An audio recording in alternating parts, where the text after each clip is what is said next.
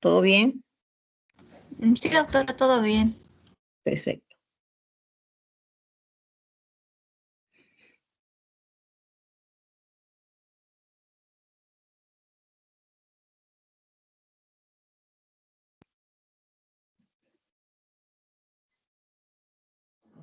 Ya.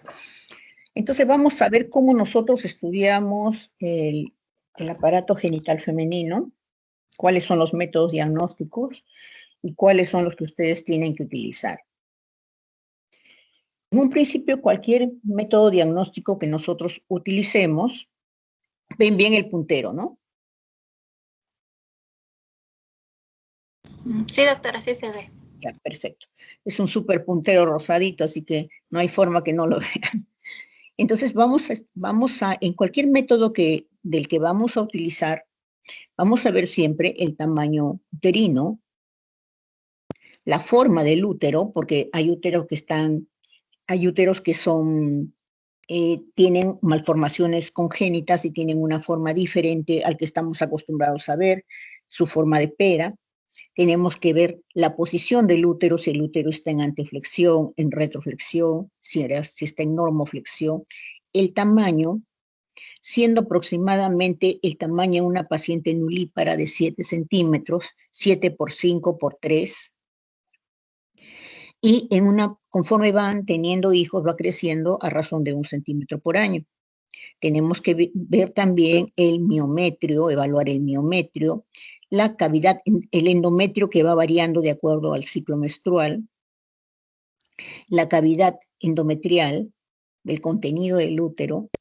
Tenemos que ver el cérvix, si hay alguna patología a nivel del cérvix, sobre todo los cánceres, la vagina, que cuando sospechamos de alguna patología vaginal también podemos visualizar la vagina, los ovarios, que están localizados en la parte lateral generalmente del útero o en la parte superior del útero, midiendo aproximadamente 4 por 2 por 1 centímetro.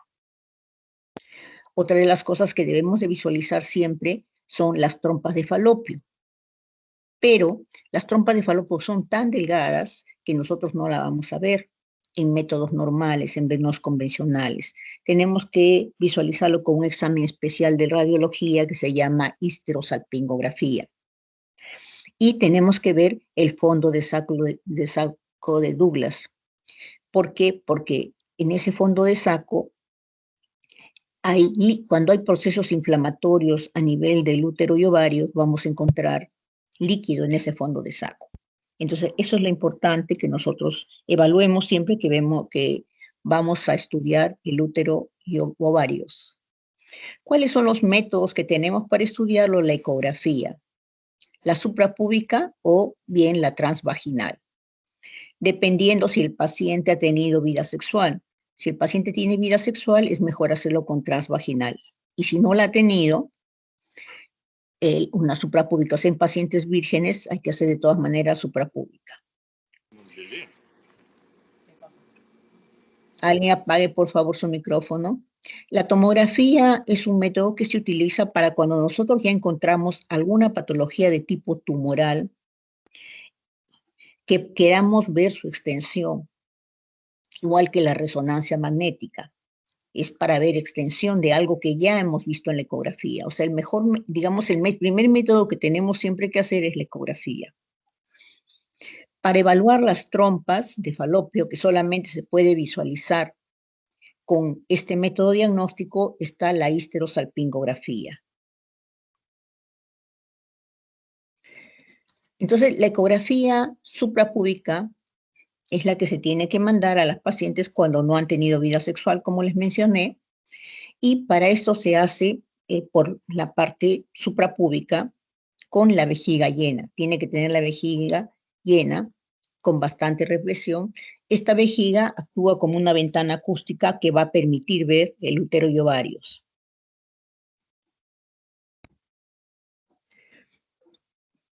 Entonces, ¿en qué casos, como acá les mencioné, cuál es la limitación que tiene la ecografía suprapúbica? La ecografía suprapúbica es como que nosotros vemos de acá a 1 cuadra y la transvaginal como que la vemos a 1 metro. Esa es la nitidez con que se visualiza, más o menos. Dependiendo mucho de la paciente, de la obesidad, el grado de gordura que tenga el paciente, es más difícil visualizar el útero. Mientras más obesidad tenga, siempre la ecografía es enemigo, perdón, la grasa es enemigo de la ecografía. Entonces, cuando el paciente tiene sobrepeso y sobre todo que las mujeres acumulamos grasa a nivel del abdomen, entonces es difícil a veces ver con el método suprapúbico. Cuando también los úteros están en retroflexión, o sea, están doblados para atrás. Entonces, cuando están doblados para atrás es muy difícil ver por la forma suprapúbica. O cuando hay alguna masa que esté dificultando la visualización. La transvaginal es la que están viendo acá abajo, no necesita tener la vejiga llena. La desventaja es que tiene un campo limitado de visualización. O sea, el transductor transvaginal solamente permite ver 7 centímetros a 8 centímetros máximo de longitud. Entonces, si nosotros tenemos un útero que es grande, que mide más de 8 centímetros, no lo vamos a ver completamente. Lo vemos por partes. Entonces, esa es una gran desventaja. Pero la visualización es mucho mejor cuando el útero se puede visualizar completamente. Acá una ecografía suprapúbica donde visualizamos la vejiga llena, midiendo dónde está el transductor. Esta es la vejiga, que está la vejiga llena, y acá abajo vemos el útero, el cuerpo uterino y el cuello del útero. Acá está el endometrio, la línea hiperecoica, y este es el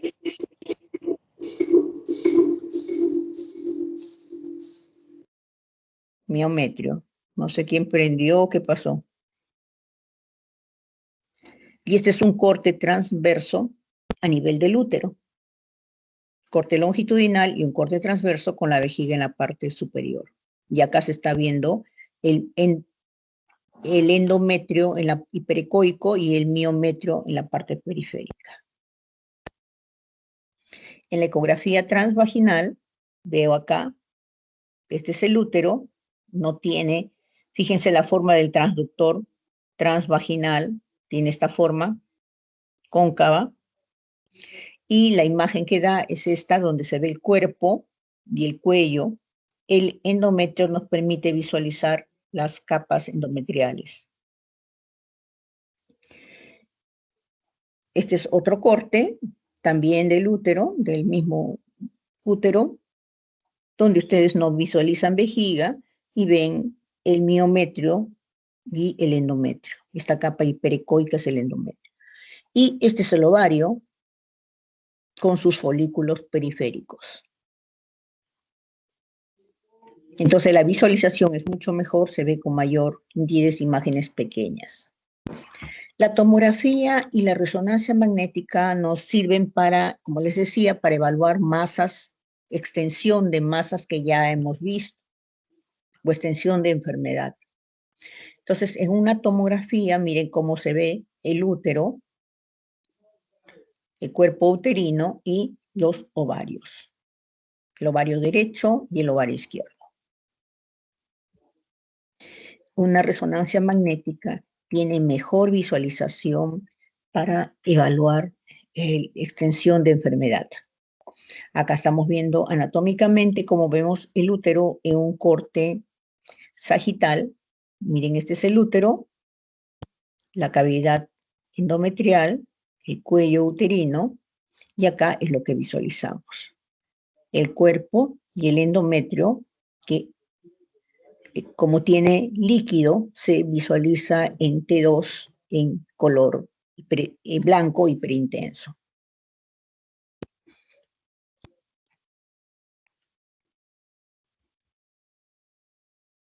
En cuanto al tamaño del útero, como les mencioné, crece a raíz de 1 centímetro por año, llegando hasta la edad del aproximadamente a partir de los 40 años empieza a disminuir hasta llegar a los 80 años midiendo 2 centímetros.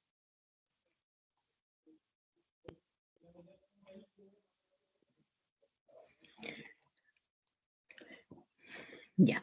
El miometrio, el útero tiene tres capas, la capa, el endometrio, el miometrio y la región subserosa, perdón, que pertenece a la parte externa.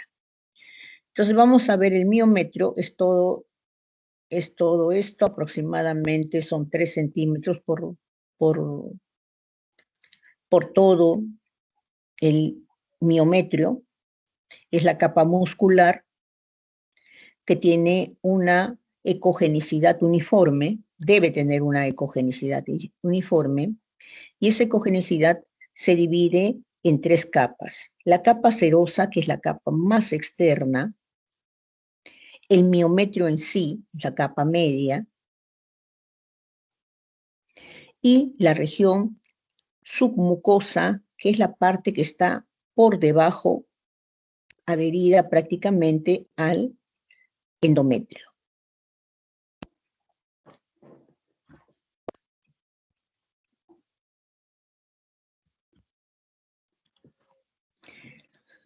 El endometrio es un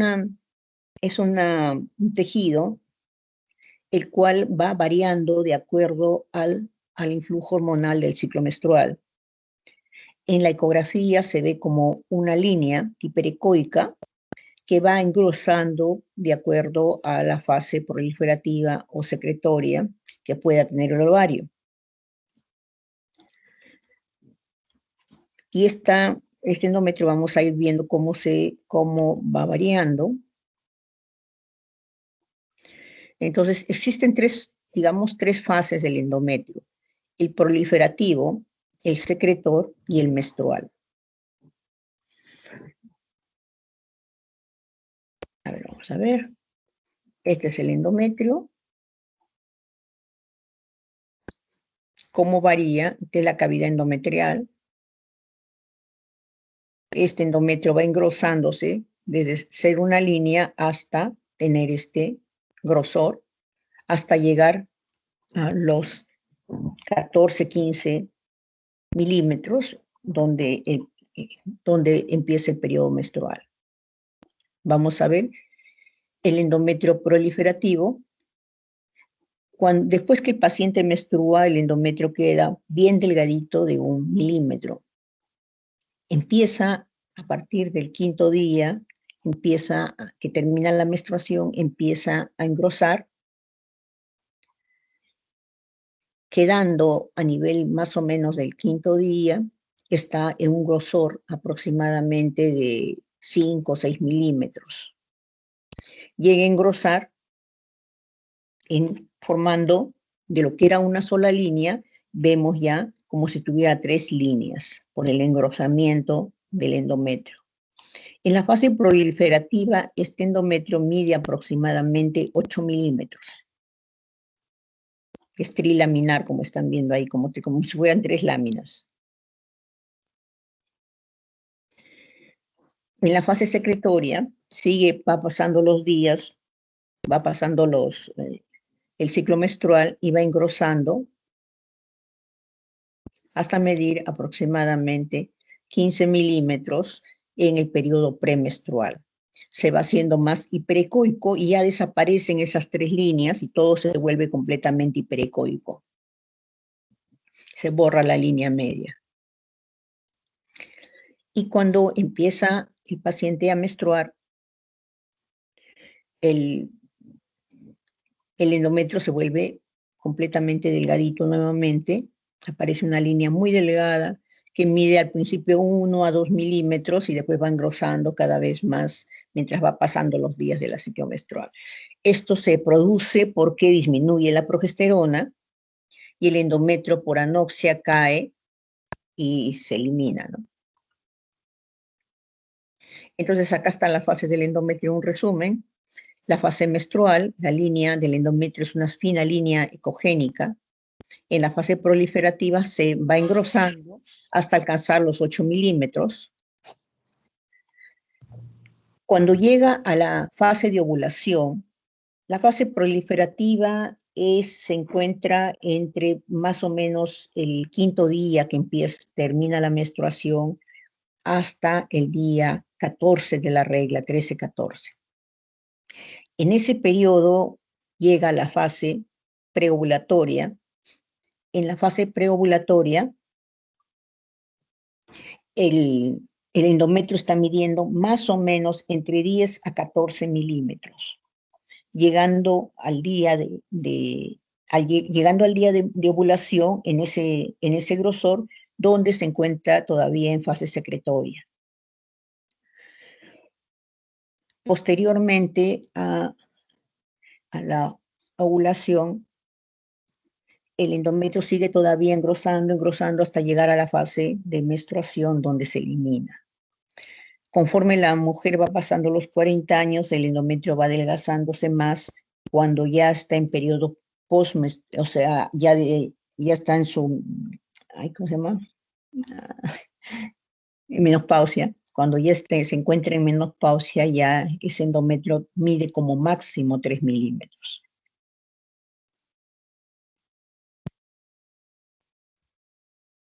Acá estamos visualizando que dice línea congénita delgada que no mide más de 8 milímetros en la mujer asintomática. Este 8 milímetros lo contabilizan cuando la paciente está recibiendo tratamiento hormonal.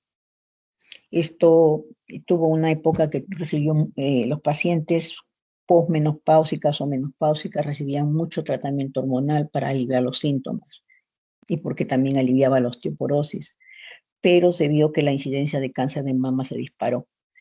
Entonces hubo un periodo de años, de aproximadamente unos 10 años, en que la tendencia era dar mucho estrógeno. Entonces, en esa época fue que se hizo esto, ¿no? Se dio estas medidas, que no debe medir más de 8, pero en realidad no debe medir en más de 3 milímetros. Ya de más de 3 ya tenemos que sospechar que algo está pasando.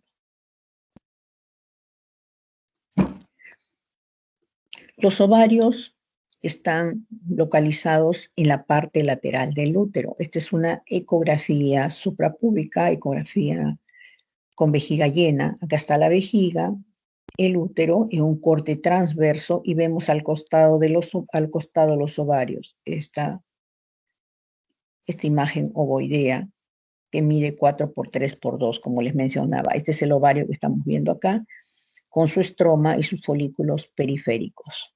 Y en ecografía se ve así. Los folículos periféricos se encuentran alrededor. Estos folículos periféricos no deben ser más de 10, como máximo 10. Generalmente se encuentran entre 7 a 10 y no deben medir más de 3 milímetros o 4 milímetros. Más ya estamos pensando en un proceso poliquístico o en un quiste. Estos folículos van variando de acuerdo al ciclo menstrual. Van creciendo, algunos de ellos, de acuerdo al ciclo menstrual.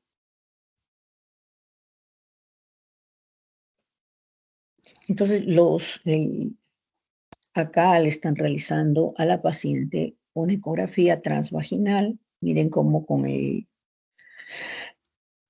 transductor entran a través de la vagina y choca casi con el cuello uterino, por eso es que se ve con tanta nitidez y podemos visualizar el útero y los ovarios. Esta es la imagen del ovario, donde se ve que el ovario es, como les mencioné, su volumen es de 1 centímetro a 10 centímetros cúbicos, es lo normal. 1 centímetro cúbico en niños, en adolescentes, y 10 centímetros cúbicos como máximo debe medir un ovario. Más de 10 centímetros cúbicos ya lo consideramos poliquístico. Acá están viendo los ovarios, miren los folículos periféricos. Acá un folículo está creciendo más, este es en un periodo ovulatorio, donde los folículos crecen, pero uno de ellos crece más, que es el folículo de Graf, ¿no? El folículo dominante. Este es en un periodo normal y este es en un periodo ovulatorio donde hay mayor influjo hormonal.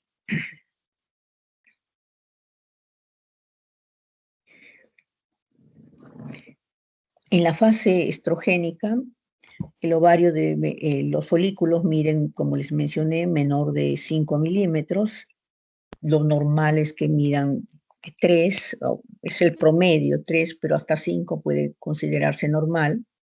Y el folículo dominante, el folículo de Graf, empieza a aparecer a partir del día 10 del ciclo menstrual. Generalmente, para que un folículo de Graf sea bueno, debe medir como mínimo 18 milímetros como mínimo, pero en promedio entre 20 a 25 milímetros el día 14 del ciclo menstrual. En los tratamientos de ovulación o en los seguimientos de ovulación por ecografía, se considera que este folículo, para que la paciente pueda salir gestando, tiene que medir como mínimo 18. Y en promedio miden entre 20 a 25, eso es lo promedio, pero hasta 18 se puede considerar que esa paciente ovula. Menos de 18 milímetros ya la paciente no, ese folículo de Graf no es bueno, no está ovulando, no va a botar un óvulo bueno. Cuando llega la etapa de ovulación, este folículo se rompe, que es la fase de progesterona, se rompe, bota el folículo dominante, bota el óvulo y se empieza a formar el cuerpo lúteo.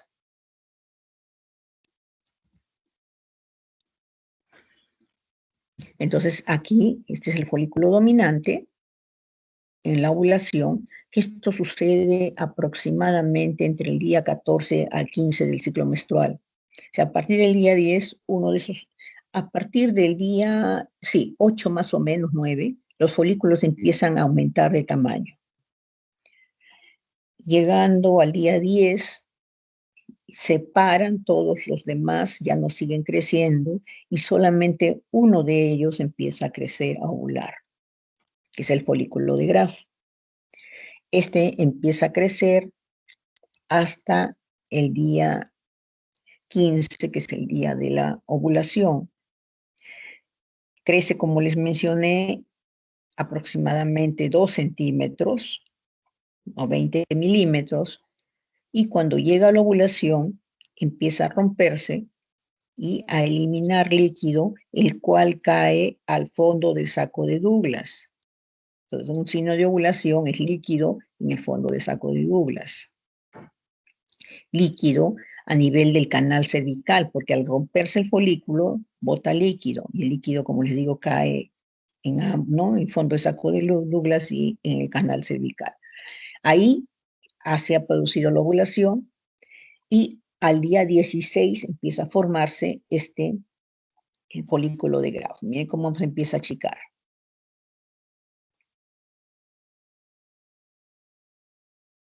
Las trompas de falopio, como les mencionaba, son muy difíciles de evaluar. Solamente por el examen de histerosalpingografía se puede evaluar.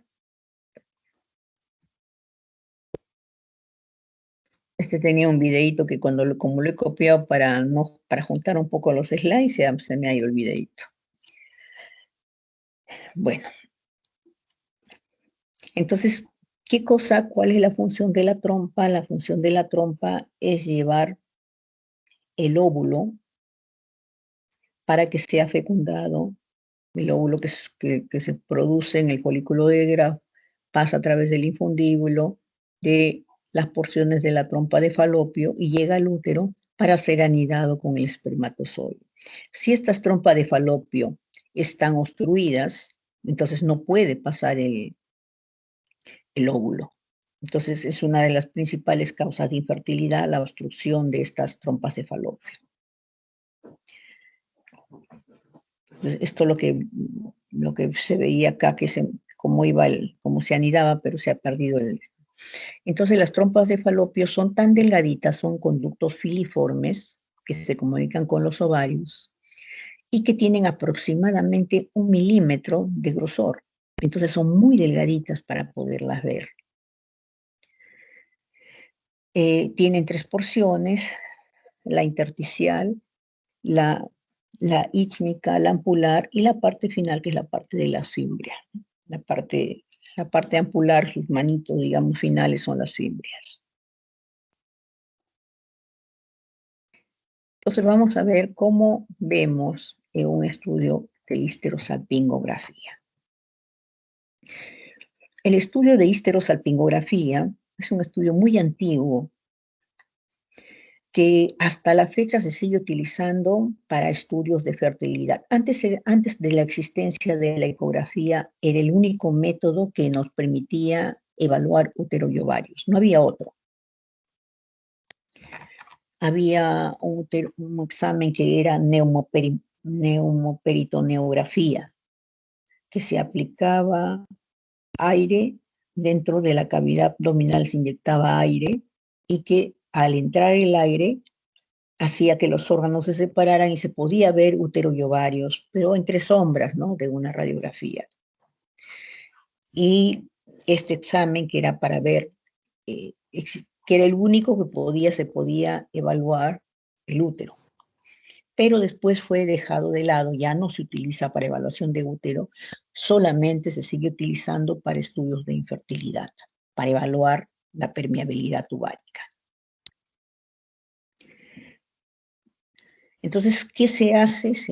Se inyecta sustancia de contraste con una cánula. Miren, aquí se pone la cánula en el cuello uterino a nivel del cérvix y se aplica sustancia de contraste, la cual va a pintar la forma de la cavidad uterina, de la cavidad endometrial, lo que están viendo aquí, la cánula. Esta es la cavidad uterina o cavidad endometrial que se está pintando con la sustancia de contraste, y el pasaje de la trompa a través de los diferentes segmentos hasta la región ampular. Y su vaciamiento, como se inyecta sustancia de contraste, se cae su vaciamiento a la cavidad peritoneal. Entonces, si pasa todo esto, se ve el contraste que pasea a cavidad peritoneal, quiere decir que está permeable y por lo tanto el óvulo puede hacer el sentido contrario, puede ir desde el ovario que está acá, está permeable y puede pasar normalmente.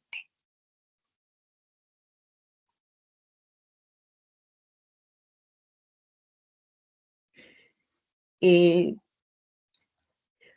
qué estudio se realiza? ¿En qué se pide? ¿Para qué se pide? Se pide para poder, como les decía, para estudios de infertilidad. Las trompas de falopio son tan delgadas que se obstruyen fácilmente cuando hay procesos infecciosos a nivel de las trompas o niveles infecciosos uterinos, cuando tienen enfermedad inflamatoria pélvica constantes, se inflaman y se van cerrando. Otra de las cosas que cierra es la endometriosis. Actualmente hay mucho caso de endometriosis por el hecho que la mujer se embaraza tardíamente. Entonces es un estudio que actualmente se sigue utilizando con más fuerza por la cantidad de infertilidad que hay actual. Otra de las cosas que se utiliza es antes de una reversión de la ligadura uterina. Hay mujeres que se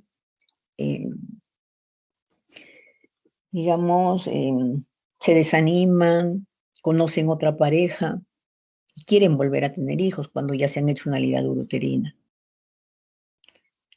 Entonces, en ellos, para poder hacer la reversión, se utiliza este examen. También cuando hay sospecha de hidrosalping o endometriosis, o cuando se quiere comprobar que la paciente ha hecho lo que se llama un síndrome de Asherman. El síndrome de Asherman es cuando el útero, cuando se hace los legrados, no, se raspa demasiado el endometrio, y al raspar demasiado el endometrio dejan un tejido sangrante que se cierra.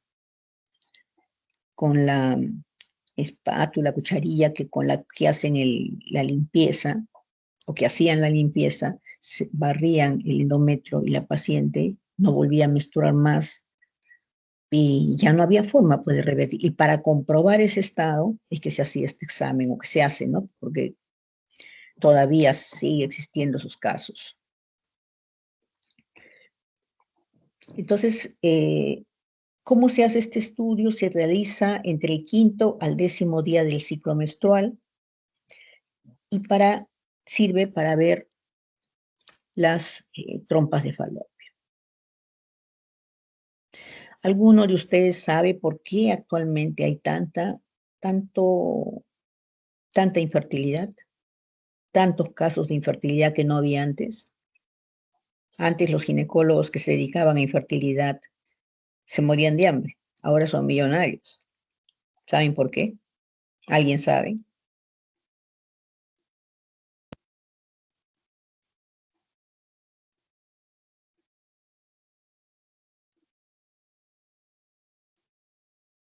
¿No saben o no me escuchan?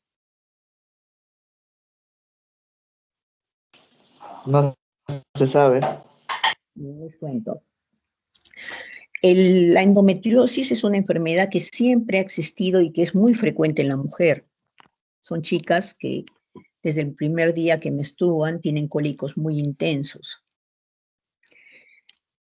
Entonces, como desde que empiezan a menstruar, desde los 14, 12 años, 10 años, empiezan con cólico, piensan que es normal tener cólico. ¿Qué sucede en la endometriosis? Existe el endometrio, que es un tejido que reacciona al influjo del hormonal. Un pedacito de ese tejido endometrial, algunas mujeres lo tienen por fuera del útero. Entonces, pues, lo más frecuente es que lo tengan acá en la cavidad pélvica, encima del intestino, puede ser encima del peritoneo. Un pedacito de esos quedó ahí. Puede ser, se ha visto endometriosis a nivel de los pulmones, a nivel de la nariz incluso, donde el día que la paciente le toca menstruar, ese pedacito de endometrio sangra también. Cuando es en la nariz, las pacientes tienen sangrado ese día a través de la nariz. Pequeño, microscópico, pero tiene. Donde hay ese endometrio va a sangrar. Entonces, eso pasa acá en la cavidad uterina. Cuando la sangre de ese pedacito de tejido endometrial que está por fuera cae al peritoneo, es por eso que la paciente siente mucho cólico, porque el peritoneo es muy sensible al dolor. El peritoneo duele ante cualquier inflamación, cualquier cosa que lo toca. Entonces, esa sangre proveniente de ese pedacito de tejido sangra todos los meses. Al sangrar va a producir que se hagan como costras, como adherencias dentro de la cavidad peritoneal. ¿Qué sucedía antes? La mujer empezaba su primera menstruación, empezaba a los 14 años. Empezaba a los 14 años y se embarazaba generalmente a los 18, 20 años, ¿no? Así era antes. Si no es, todavía se embarazaba antes a los 17. Pero pongamos que hasta los 18, las 18 o 20, ya pongamos 20. Ya. Empezaba a los 14, a los 20, eran 6 años que estaba el tejido, o sea, estaba formándose acá adherencias en la cavidad peritoneal. La mujer se embarazaba, 6 años no era suficiente para cerrar las trompas, para que esto se llene con cicatrices, con costras, no cicatrices, adherencias, ¿no? Adherencias, especie de costras, porque es sangre.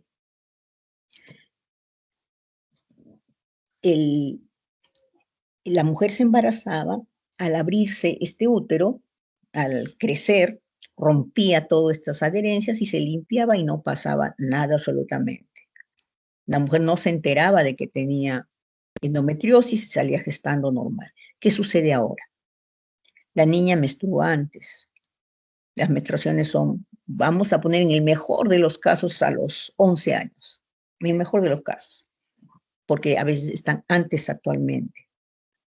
11, 12 años. Vamos a poner que sea a los 12 años. Ya. ¿A qué edad se embaraza ahora la mujer? Se embaraza a los 30. 28, 29, 30 años. ¿Por qué? Porque tiene que estudiar, tiene que hacer su maestría, tiene que comprar su departamento, tiene que viajar primero y se embaraza tarde. No todas, pero la gran mayoría. Que eso está bien, está bien. Entonces, desde los 12 a los 30 años, ya no ha pasado 6 años, ha pasado 18 años. 18 años que la sangre ha ido cayendo y ahí sí ha hecho que se vuelvan, que se haga adherencias acá en las trompas de falopio.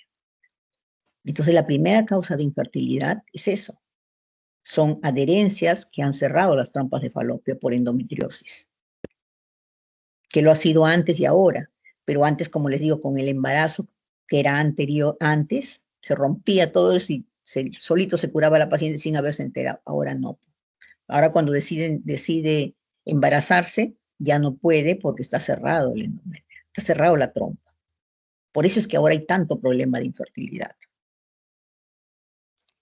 Y ahora pues los ginecólogos que hacen infertilidad, están recontra millonarios, así que ya saben a qué se tienen que dedicar, chicos.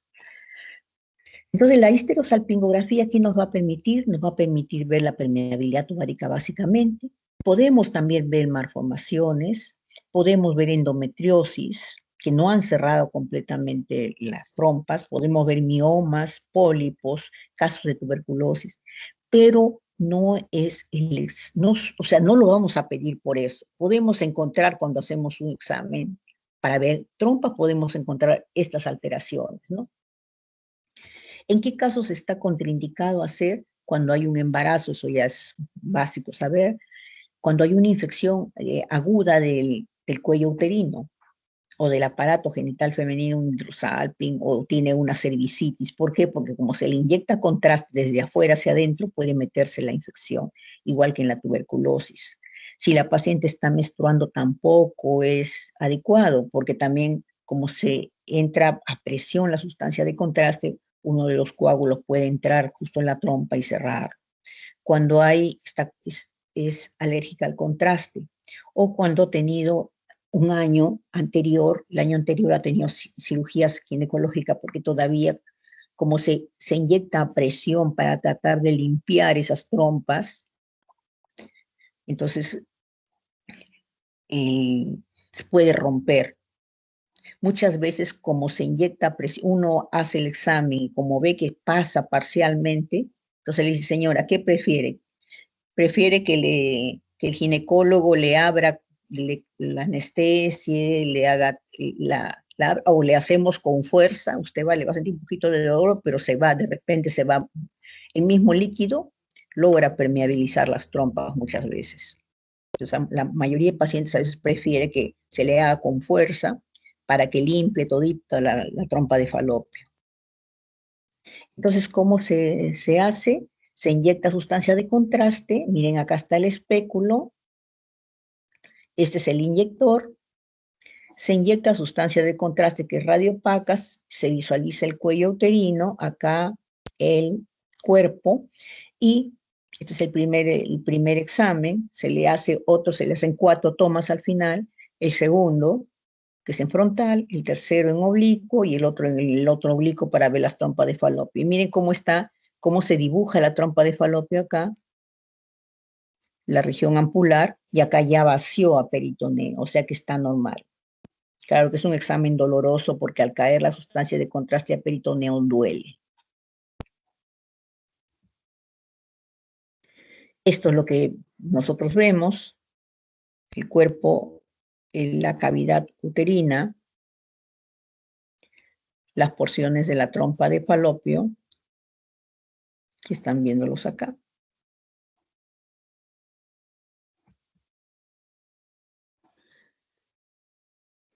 Y esta es la porción ampular de la trompa de falopio normal. Es una anatomía normal. El inyector, el cuello uterino, el cuerpo, la parte interna del cuerpo, la cavidad endometrial y la trompa de falopio, que se inyecta sustancia de contraste radiopaca y vacía a la cavidad pélvica. Entonces, eso es normal.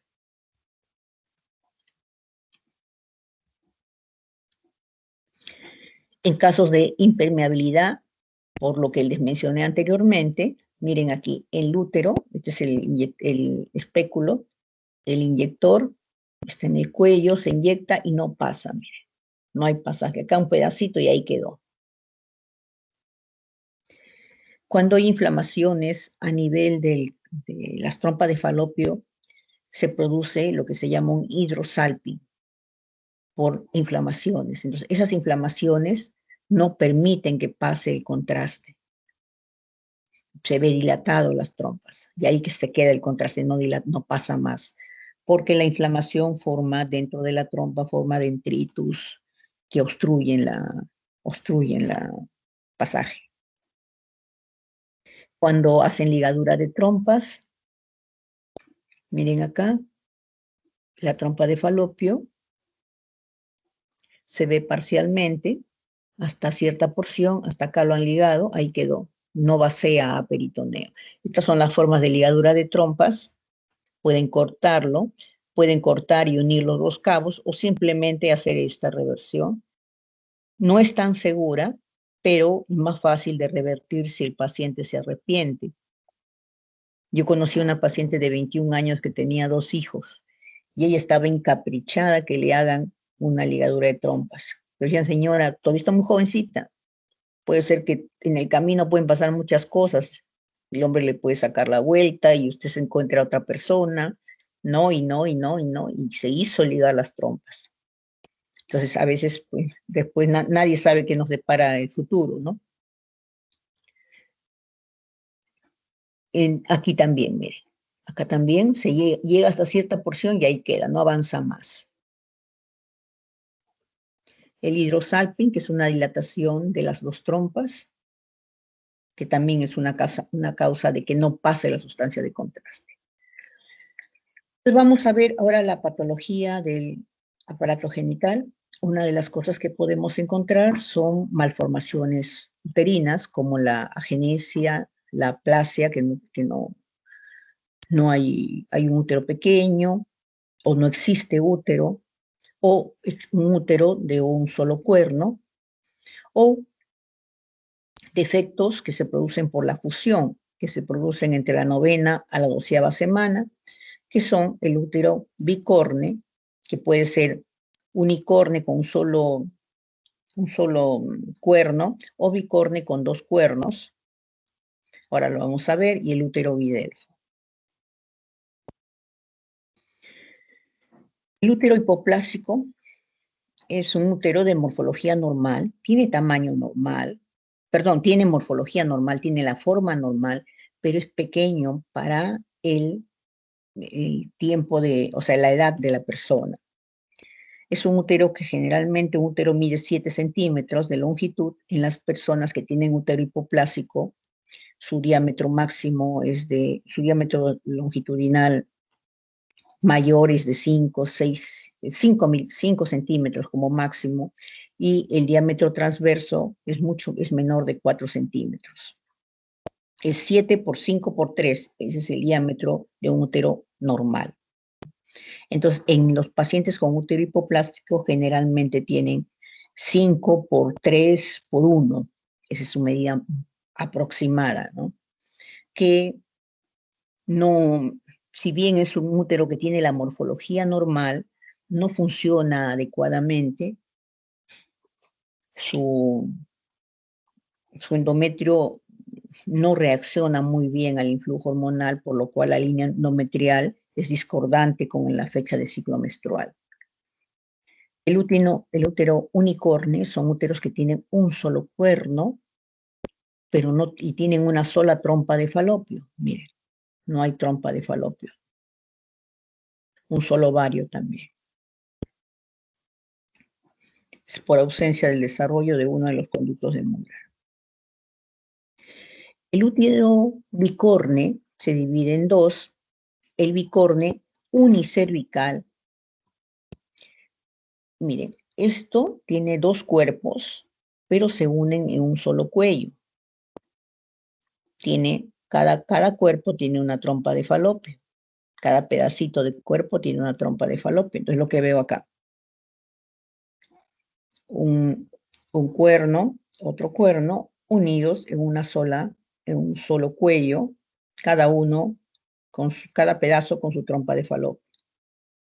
como si fuera una escotadura.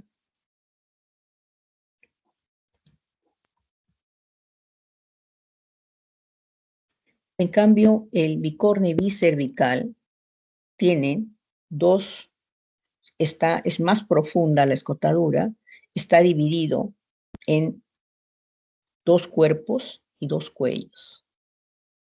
Es como si fuera medio útero de cada lado pegados y que forman dos, tiene dos cuellos uterinos juntos.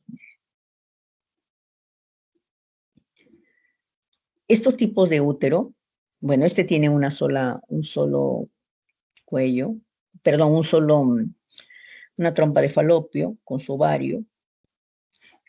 Estos tipos de útero son los que muchas veces nacen con, no sé si ustedes son muy jóvenes para que hayan escuchado, o en Estados Unidos un problema legal en la cual el esposo era gringo, la señora también era blanquita, y le salió un embarazo, en ese momento mellizo, digamos. Tuvo un embarazo acá, blanco, y un embarazo acá, de un morenito. Entonces, en esa época, pues no había mucho ADN, ¿no? Era muy difícil el ADN, pero se creó todo un escándalo, porque cómo era posible que si esta familia tenía, mamá, papá no tenía ningún antecedente de un bien moreno, y salió uno morenito en uno y en el otro salió. Entonces fue un caso que se vio a nivel mundial, pero era en estos casos, ¿no? Lo había hecho con el vecino que era negrito y había fecundado acá y con el esposo en el otro lado. Entonces, esos casos se dan. No son tan frecuentes, pero se dan, ¿no? No es tan frecuente. Lo que yo sí he visto es una paciente, yo tuve una paciente a la que le hacía siempre ecografía constantemente y tuvo su primera gestación, tuvo con este cuello uterino, con esta parte del útero, tuvo acá. Y la segunda gestación lo tuvo en el otro útero. Eso sí he visto, pero que vengan así un colorcito diferente, no. Entonces, ese es el útero bicervical, tiene dos cuerpos. Y miren cómo se ve en la histerosalpingografía, una escotadura muy separada que separa los dos cuerpos uterinos. El útero didelfo es un útero que solamente tiene una pequeña escotadura como una hendidura en el fondo uterino. Solamente en la parte superior de la cavidad endometrial, aquí está dividida, nada más. Pero es solamente la parte superior, es el didelfo. Se divide en dos segmentos. Existe solamente un cuello, un cuerno, digamos, derecho, el cuerno izquierdo con su trompa de falopio. Y muchas veces se puede confundir con el útero bidelfo, o bicorne, perdón. Pero la diferencia es que este solamente es en la parte superior, una escotadura, el otro es más profundo su separación. Existe también una malformación que es el útero doble, cuando están separados. En el útero bidelfo están juntos, están adheridos prácticamente. Acá no, acá están juntos. Son doble útero con doble trompa de falopio y doble ovario. Entonces a cada uno hay que hacerle su separación, miren, dos espéculos se ve que están cada uno separados ahí. Cada uno de ellos tiene sus dos trompas y un ovario. En cuanto a los tumores uterinos, vamos a tener los tumores del miometrio, tumores del endometrio. En cuanto a los tumores del miometrio, los benignos, que son los miomas y las adenomiomatosis o adenomiosis, y los malignos, los leiomiosarcomas. Los tumores del endometrio están los benignos, pólipo y la hiperplasia, y los malignos, el carcinoma endometrial. En cuanto a la patología del endometrio, La más frecuente, felizmente, son los miomas uterinos. Los miomas uterinos están formados por cuando los miomas uterinos corresponden a la parte muscular, se llaman leiomiomas,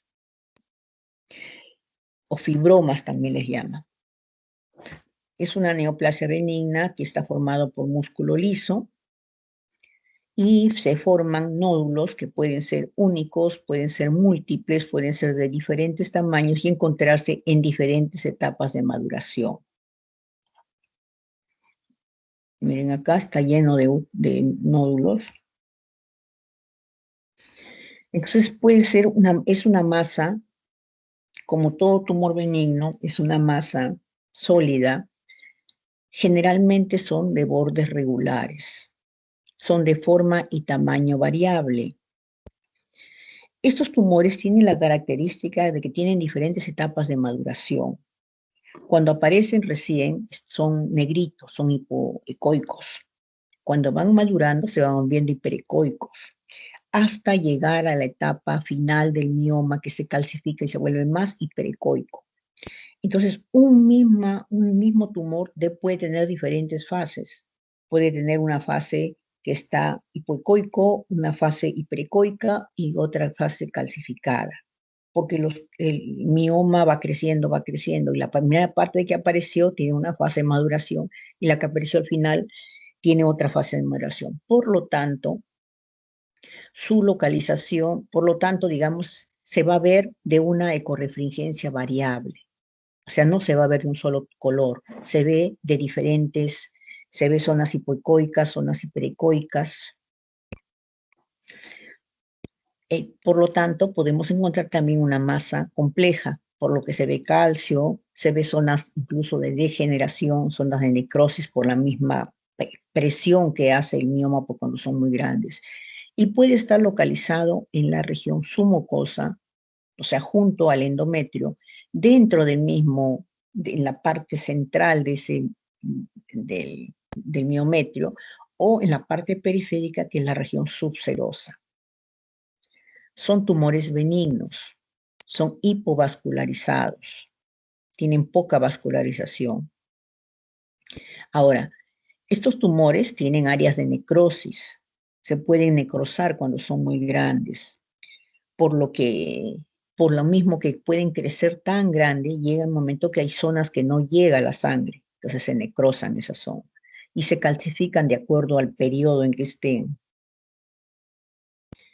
Entonces, así como vamos a verlos, de acuerdo a su localización. Si están dentro y si están por fuera, empezamos por fuera, están en la subserosa, en la región subserosa, luego en la región intramural,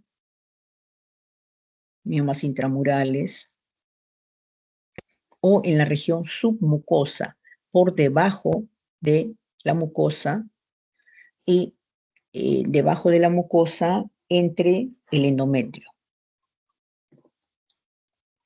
Cuando están en la región subserosa, miren, están afuera. Son tumores que no molestan mucho, más que crecen y bueno, se vuelve la paciente barrigona. Incluso pueden gestar normalmente y no les va a molestar cuando están en la región subserosa. En la región intramural, sí deforman el cuerpo uterino, hacen que se vuelva grande. Si crece demasiado y comprime, llega a comprimir el endometrio, va a sangrar mucho. Entonces, el mioma hay que operarlo o hay que darle tratamiento por cuando sangra, cuando dan metrorragias. Si el mioma está en la región submucosa, pegado al endometrio, hace que los sangrados sean demasiado intensos. Entonces, produce anemia a la paciente. Entonces, hay que sacarlo sí o sí, o hay que hacerles embolización sí o sí. Entonces, vamos a empezar por los submucosos, los que están más adheridos al endometrio. Miren, no nacen acá en el miometrio, sino nacen junto al endometrio y ahí van creciendo y van invadiendo el endometrio, la parte del miometrio, perdón. Entonces, estos miomas submucosos tienden a producir demasiado sangrado porque están en contacto con el endometrio. En la histerosalpingografía, si bien no es el examen para verlo, lo vamos a ver así, como una imagen que está dificultando que se llene el contraste. Miren cómo está comprimiendo el endometrio, por eso es que se ve así una solución, una falta de relleno ahí. Estos miomas submucosos tienden a tener generalmente un pedículo, nacen de un pedículo y se pueden prolapsar, se pueden salir. Entonces, miren acá un mioma en una ecografía transvaginal, fíjense en un mioma hipoecoico, cuando está hipoecoico es que recién se está formando, que está adherido próximo, miren, al endometrio, entonces sangra, cuando menstrua sangra demasiado el paciente. Y este es un mioma también, pero ya más grande, está comprometiendo mucho más el endometrio.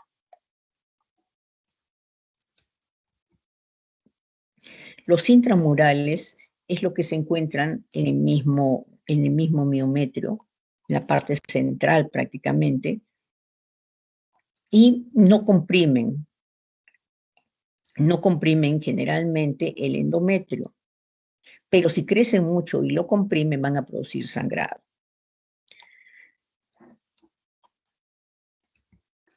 Entonces miren, acá vamos a ver primero este que es el que tiene uno solo. Este es el cuerpo uterino, el cuello. Acá está el endometrio y este es el mioma. Es un mioma intramural que no está comprimiendo el endometrio, está acá. Y el endometrio está aquí, está normal, y acá veo un mioma, miren cómo es heterogéneo. Esto tiene sombra posterior, o sea que es calcificado. Acá hay otro, por aquí hay otro. Acá tienen otro hiperecoico, miren. Son múltiples masas de bordes regulares, hipovascularizados con el Doppler, no tienen mucha vascularización, pero los encontramos heterogéneos por las fases de maduración que tienen. Los miomas subserosos son los que se encuentran por fuera, como les decía, no da mayormente ninguna molestia más que crece la barriguita. Lo único que pueden hacer es, como siempre, como tienen un pedículo, se pueden torcer y bueno, ahí sí producen un cólico muy intenso porque se necrosan. Y se ven en la ecografía, el útero se ve acá y acá se ve el mioma por fuera del útero. ¿Cómo se ven? Generalmente encontramos cuando una paciente tiene miomatosis, tiene intramurales, tiene subserosos y tiene submucosos. Tiene los tres.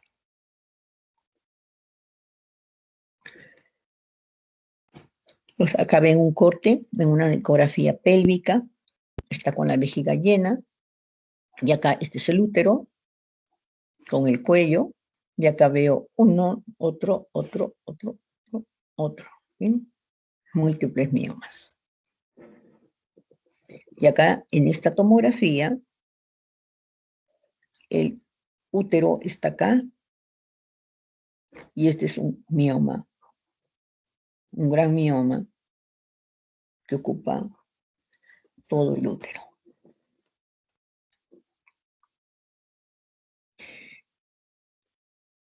El examen ideal para evaluar los miomas es la ecografía. Más se ve con ecografía pélvica porque la ecografía transvaginal, como cuando los miomas crecen mucho, el útero crece hasta 20 centímetros, 15, 10 centímetros, 11 centímetros, 12. Y la ecografía transvaginal no alcanza a visualizar eso. Entonces es mejor hacerlo por pélvica, donde se evalúa mejor los miomas. El leiomiosarcoma es un tumor, felizmente, no es muy frecuente. Es un tumor raro, pero si se presenta en las pacientes menopáusicas o posmenopáusicas. y da la imagen bastante semejante a un mioma, solamente que es de bordes más irregulares. Lo que lo caracteriza es la vascularización. Miren, tiene una vascularización bien acentuada, tiene un crecimiento rápido. Y bueno, como todo cáncer, da metástasis a distancia, adenopatías regionales. Entonces, acá hay, miren, un útero en un corte transverso, el miometrio y el endometrio, y acá veo esta gran masa, fíjense, heterogénea, irregular, con zonas de necrosis. Y en la tomografía veo esto, un útero aumentado de tamaño y la masa está comprometiendo todo el útero. Los cánceres de cuello uterino son muy difíciles de ver en ecografía, porque el cáncer se inicia en la región central, en la región interna del cuello uterino. Entonces, como se inicia en la región interna, es más que nada una zona que no se llega a visualizar mucho con la ecografía, porque es una región muy pequeña. Entonces, cuando nosotros ya lo logramos visualizar, ya está un cáncer avanzado, en estadio 3B más o menos, o 4. Entonces, no es el examen ideal para detectar cáncer de cervix de ecografía. Para detectar cáncer de cervix, que es lo más frecuente que hay, tiene que ser el examen ginecológico, el Papa Nicolau, la colposcopía.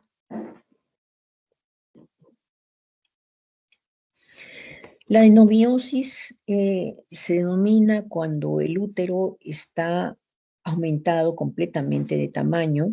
Todo el útero es un aumento difuso de todo el útero. Generalmente se produce en pacientes ya mayores, alrededor de los 50 años. El útero, hay un crecimiento asimétrico, pero por engrosamiento de todo el miometrio. Hay una pobre definición entre el borde del endometrio y el miometrio. Van a ver acá, miren, es un útero completamente grande, heterogéneo, y que no permite diferenciar que haya una masa en sí, o sea, definir una masa, es todo el útero está, eso se llama una adenomiosis. En cuanto a las patologías del endometrio, la hiperplasia y el pólipo y el carcinoma. Se denomina hiperplasia endometrial cuando el endometrio mide más de 20 milímetros. El endometrio, como ustedes han visto, va variando de acuerdo al ciclo menstrual. Cuando llega a la etapa premenstrual, el endometrio debe medir como máximo, como un promedio, como máximo lo consideramos 18 milímetros. Cuando ya está en 20, ya hay que sospechar que puede existir una hiperplasia endometrial. Sobre todo cuando no corresponde, se ve muy grueso para la etapa gestacional. Cuando se hace una ecografía de útero, hay que siempre preguntar al paciente en qué fase menstrual se encuentra, porque tanto el útero como los ovarios varían de acuerdo a la fase menstrual. No es igual ver un útero en el día 5 de la regla que verlo en el día 20 o en el día 15. No es lo mismo, todo cambia. El tamaño, el grosor del endometrio, los ovarios, los folículos, todo va variando. Entonces, tiene que corresponder lo que estamos visualizando con la fase menstrual. No es que yo he visto, por ejemplo, algunos radiólogos cuando hacen la ecografía, ni lo miran al paciente. No le preguntan ni en qué fase menstrual está, cuándo ha sido su última regla, nada. Entonces, esos son los que se equivocan. Siempre hay que hacer correlación con la historia clínica del paciente. Entonces, en la hiperplasia podemos encontrar una hiperplasia completamente homogénea o una hiperplasia, lo que se llama una hiperplasia quística con unos pequeños tabiques. Entonces, miren, esta es una hiperplasia endometrial. Es una paciente a la cual le han encontrado 21 milímetros, o sea, 2.1 centímetro, 21 milímetros de grosor. Encontramos un endometrio completamente engrosado. Son pacientes que menstruan muchos días, porque para que bote esto, por lo menos va a tener que menstruar 10 días. Y esto se produce por alteración hormonal, generalmente en pacientes perimenopáusicas. Acá hay otro, donde también podemos encontrar a veces tabiques, pequeños tabiques, unas cositas así muy chiquitas, pequeños tabiques que parecerían a veces que son pequeñitos quistes dentro de esto, dentro de la hiperplasia. Pero basta que el endometrio tenga más de 2 centímetros, perdón, de 2 centímetros o de 20 milímetros, porque siempre hablamos en ecografía de milímetros, en imágenes siempre hablamos en milímetros, tenga más de 20 milímetros ya para considerarlo una hiperplasia endometrial. El pólipo endometrial es un tumor benigno de bordes regulares que tiene generalmente un pedículo, el cual es vascularizado y produce también sangrados menstruales abundantes, metrorragias. Miren, este es el pólipo, una imagen benigna de bordes regulares, sólida, adherida al endometrio. Acá ven que se le ha inyectado líquido a la cavidad uterina para poder visualizar este pólipo. Cuando nosotros queremos evaluar patología del endometrio, se le manda un examen especial que se llama histerosonografía, que es una combinación de la histerosalpingografía con ecografía, en la cual se inyecta sustancia de contraste al útero, pero ya no sustancia de contraste, perdón, no sustancia de contraste, sino se le inyecta agua al útero y se le hace la ecografía. ¿Para qué? Para poder dilatar, abrir ese endometrio que ustedes ven que es una sola capa, que se ve una capa hiperecoica, acá se abre. Entonces, al abrir ese endometrio, esa cavidad endometrial, podemos visualizar si hay pólipos o hay alguna alteración a nivel del endometrio. Tenemos un cáncer, por ejemplo. El cáncer endometrial, que es un tumor maligno, en el cual visualizamos el endometrio irregular con áreas heterogéneas, hiperecoicas, hipoecoicas, es de bordes imprecisos con el miometrio, no se define adecuadamente, es hipervascularizado.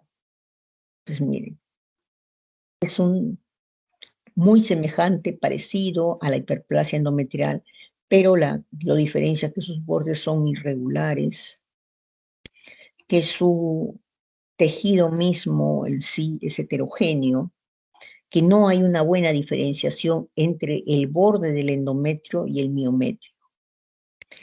Cuando se tiene la duda, se le aplica Doppler y eso es muy vascularizado.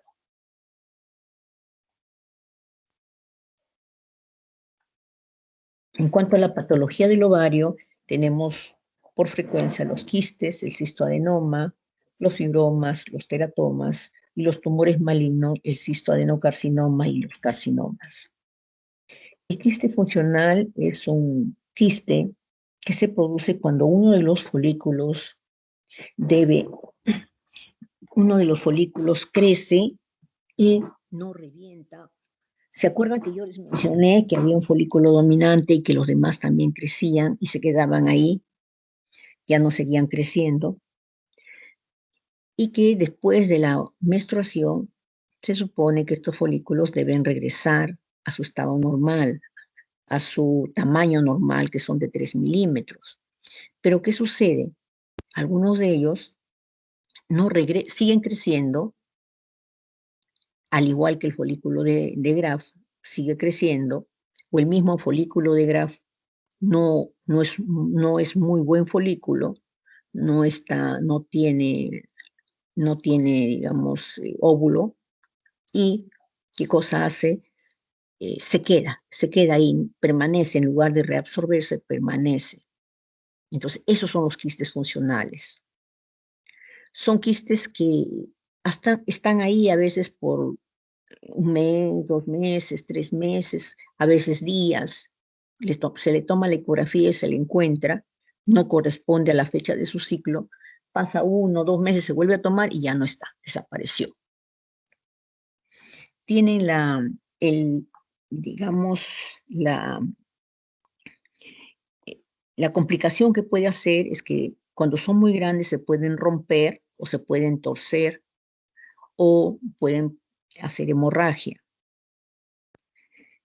Pueden desaparecer solos, como no tampoco. A veces permanecen por tiempo, y si tienen más de 5 centímetros y permanecen por más de 6 meses, hay que operarlo, porque pueden tener esos problemas que les he mencionado. Hay que estar viendo un quiste, una imagen anecoica, de bordes regulares, pared delgada, de contenido líquido. La endometriosis, así como ese pedacito de tejido endometrial se ubicaba por fuera de el útero, se ubicaba en el peritoneo, también se puede ubicar en el ovario. Entonces, al ubicarse en el ovario, va a producir que también el ovario, vamos a poner entre comillas, empiece a formar quistes con sangre, forman endometriomas. Justo se pone dentro del ovario y cuando el folículo empieza a crecer, se empieza a llenar con sangre. Entonces, estos son los endometriomas. Son quistes, pero llenos de sangre, por lo cual se ven densos. Se pueden ver densos, se pueden ver también densos, pero de 2 colores, por la sangre misma, que a veces nos dan 2 tonalidades, pero se asocian, se les llama también endometriomas o quistes de chocolate. Quiste de chocolate porque tiene sangre. Y generalmente se asocia a infertilidad, porque si esta paciente tiene endometriosis ahí, tiene también en las trompas. Y estos endometriomas van destruyendo el ovario.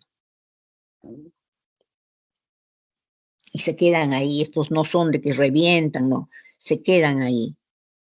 Entonces estos hay que operarlos, los endometriomas. O los quistes endometriósicos. Ese es el que les digo.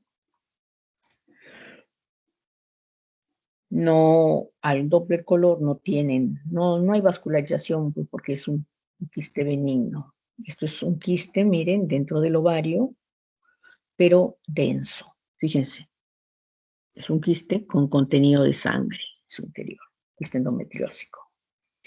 El ovario poliquístico es muy frecuente y tenemos que tener más de 12 folículos periféricos para considerarlo poliquistosis y que el ovario mida más de 10 centímetros cúbicos.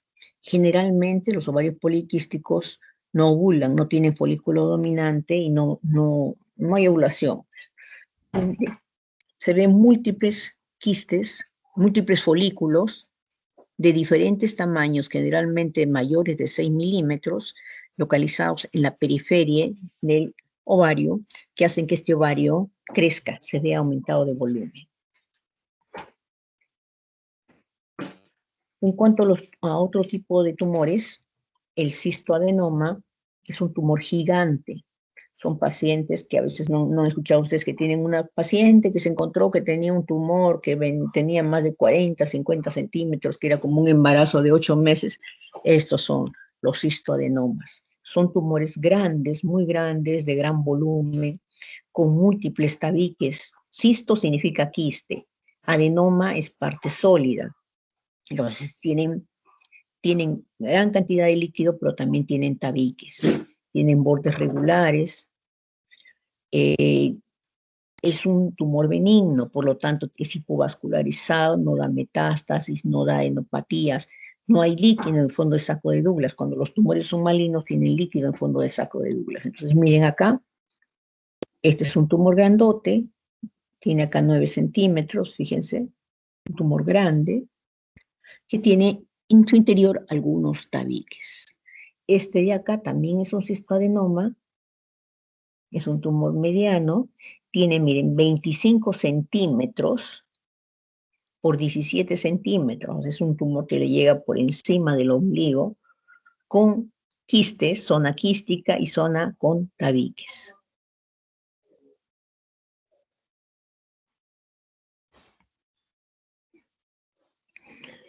Los teratomas son tumores también frecuentes en el ovario, después de los cistoadenomas.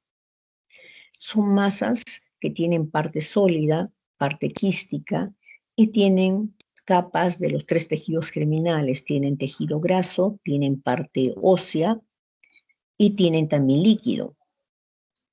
Entonces nos va a dar una refringencia irregular.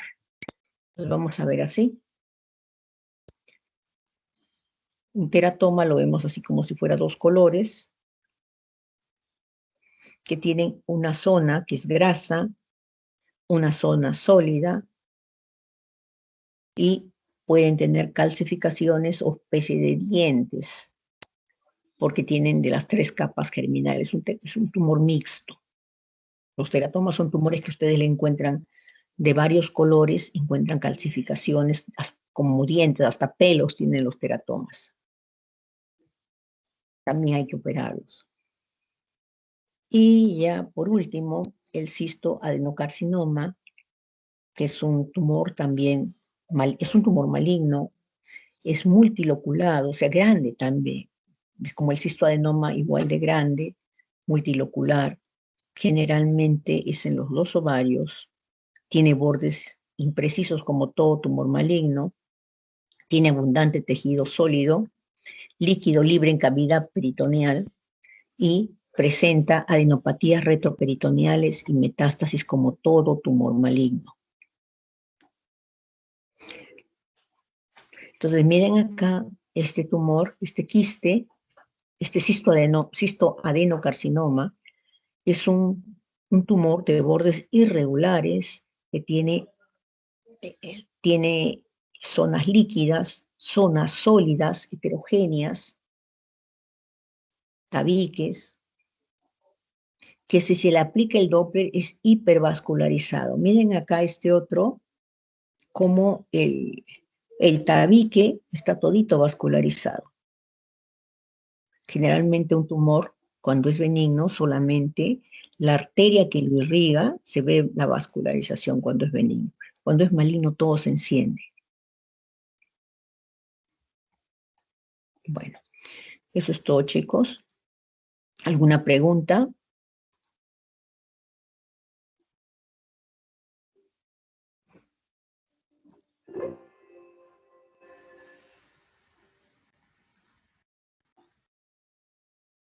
¿Tienen alguna pregunta? Parece que No, no, doctora. doctora. ¿Todo claro? Todo claro, doctora. Ya, Sí, entonces, cuídense mucho. Voy a ver quiénes están presentes. Algún momentito. Voy a tomar la foto del... Tengo 93, chicos. Muchas fotos.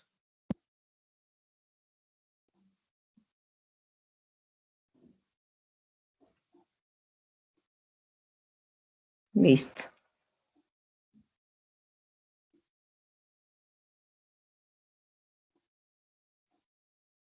Ya. Listo, chicos, ya les tomé la foto de rigor. Cuídense mucho. Cuídense, por favor, del COVID. Espero verlos la próxima clase. Cuídense mucho. Gracias, doctora. Buenas tardes. Gracias, doctora. Buenas tardes. Gracias, doctor. Gracias.